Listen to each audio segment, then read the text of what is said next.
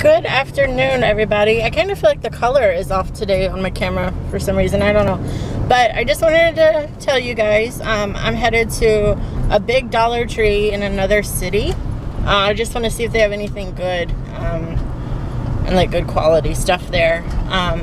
Also, I'm going to AutoZone because I can get 200 points just for going in on Shopkick. So I'm going to do that because that's going to be like almost half a gift card, so that's cool. And I posted on Facebook, I was going to tell you guys some of my most embarrassing stories, so here goes. My first story was when I was little. I had at my grandma's house in the basement a Fisher-Price kitchen. And she got me one of those like little pans, you know, like you could fix like one egg in. She got me one of those, and she got me some other things like a real spatula and stuff. So I had toy stuff and then I had real stuff as well. And she was always giving me old things that she didn't want anymore or that she was gonna throw away. And she gave me an eyelash curler. Now I was like 4 years old and I had no clue what an eyelash curler was. And I took it down to my kitchen and I was like, what is this? I don't know what this is. Wow, guys, I turned the eyelash curler into my imaginary bacon fryer flipper.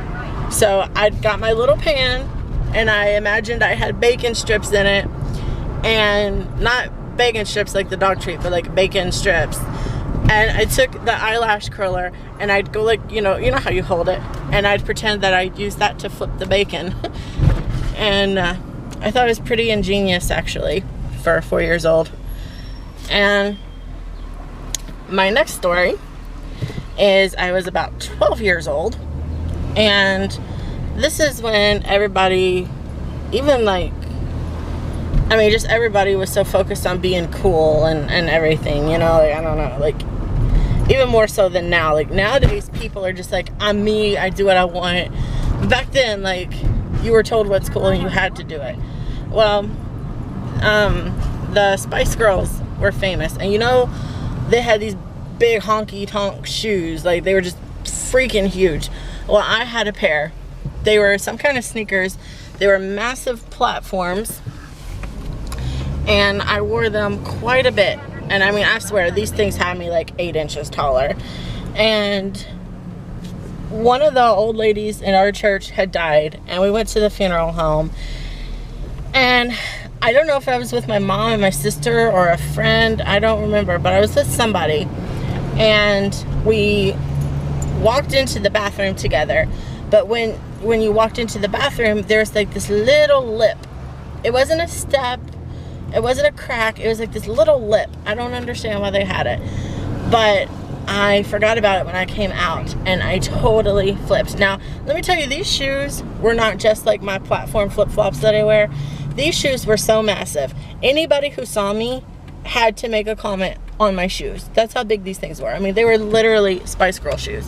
So when I fell, everybody was like, oh yeah, your shoes are too big, and I'm like, no, it was the thing. And I can't believe I was like standing up and even wearing these like freaking things because they were so hideous. But yeah, I fell in the nursing home, and the bad thing is that it wasn't even our nursing home party. It was another nursing home family that I fell in front of, so everybody looked at me like, 1, funny because I fell, but 2, because they didn't know me, and then 3, they were in mourning, so they couldn't really laugh, but you could tell that they wanted to. Oh, it was so embarrassing. And like, I went and I told my friend, and she told her dad, and her dad was our preacher, and then our preacher was like, you should have just like stood up and be like, I meant to do that, I just wanted to make you guys laugh. I'm like, oh my god, I really should have done that.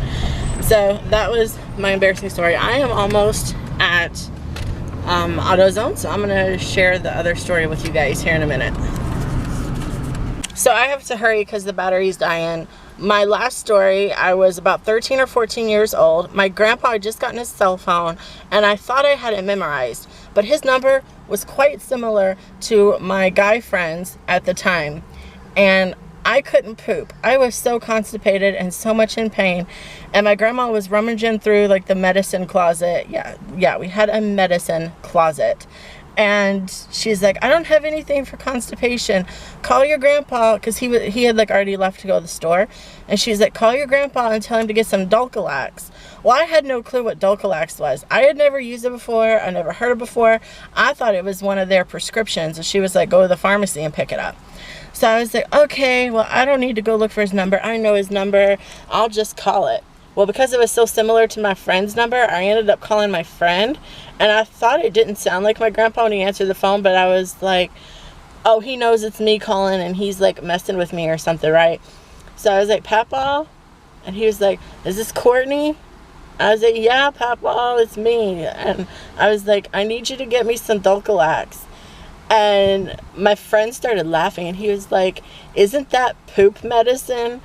And like when he said that, I realized like it was my friend, and I got so embarrassed and I just hung up the phone. So that was like so embarrassing for me.